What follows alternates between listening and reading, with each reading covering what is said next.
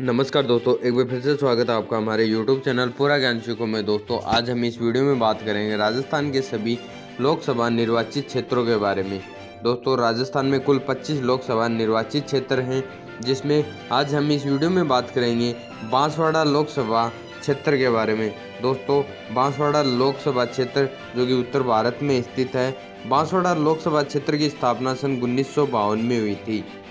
बात करें बांसवाड़ा लोकसभा क्षेत्र में कुल 8 विधानसभा क्षेत्र आते हैं, जिसमें डूंगरपुर, सांगवाड़ा, चौरासी, घाटोल, गड्डी, बांसवाड़ा, बागीदोरा और कुशलगढ़ शामिल हैं। वर्तमान में यहाँ से बात करें तो वर्तमान में जो सांसद हैं वो हैं कनकमल कटारा, जो कि 2019 के लोकसभा चुनाव में यहाँ से सांसद चुने गए थे, जो कि भारतीय जनता पार्टी से आते हैं।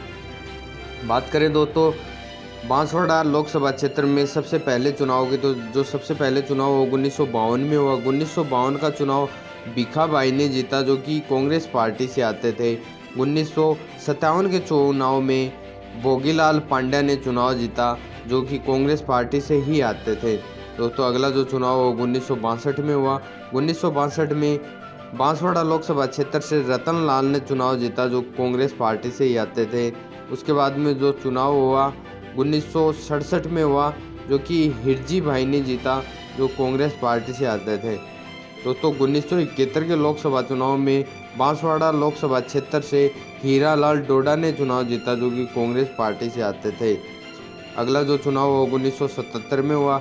1977 का चुनाव हीरा भाई ने जीता, जो कि जनता पार्टी से आते थे। दोस्तों बात करें 1980 के चुनाव में। 1980 के चुनाव में भीखाबाई ने चुनाव जीता, जो कि कांग्रेस पार्टी से आते थे।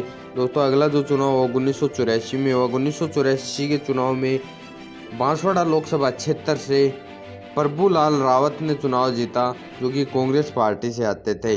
अब बात करें दोस्तों 1989 के चुनाव की, जो कि हीराबाई ने जीता, जो कि जनता दल से आते थे। अब बात करें दोस्तों 1991 के चुनाव की। 1991 के चुनाव में प्रभुलाल रावत ने चुनाव जीता था, जो कि कांग्रेस पार्टी से आते थे। अगला जो चुनाव 1996 में हुआ। 1996 के चुनाव में ताराचंद बघोरा ने चुनाव जीता, जो कि कांग्रेस पार्टी से आते थे। दोस्तों 1998 के चुनाव में महेंद्रजीत सिंह मालवीय ने चुनाव जीता, जो कांग्रेस पार्टी से ही आते थे। अब बात करें दोस्तों 1999 के चुनाव की। यहाँ से ताराचंद बघोरा ने चुनाव जीता, जो कि कांग्रेस पार्टी से आते थे।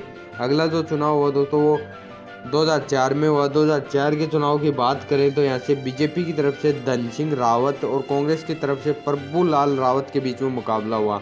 बात करें कुल वोटों की, तो बीजेपी के धन सिंह रावत को 2,69,239 वोट मिले। वहीं कांग्रेस के प्रभुलाल रावत को 2,47,556 वोट मिले। इस प्रकार 2004 के लोकसभा चुनाव बांसवाड़ा लोकसभा क्षेत्र से बीजेपी के धन सिंह रावत ने 21,683 वोटों से जीत हासिल की।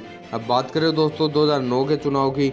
2009 के चुनाव में कांग्रेस की तरफ से ताराचंद बघोरा और बीजेपी की तरफ से हकरूम मेधा के बीच में मुकाबला हुआ। बात करें कुल वोटों की, तो कांग्रेस के ताराचंद बघोरा को 4,13,169 वोट मिले। वहीं बीजेपी के हकरूम मेधा को 2,13,751 वोट मिले।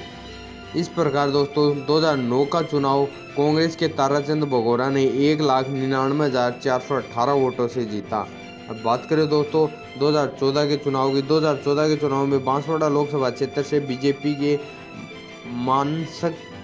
मानशंकर निनामा और कांग्रेस की तरफ से रेशम मालवीय के बीच में मुकाबला हुआ। बात करें कुल वोटों की, तो मानशंकर निनामा को 5,77,433 वोट मिले। वहीं रेशम मालवीय को 4,85,517 वोट मिले।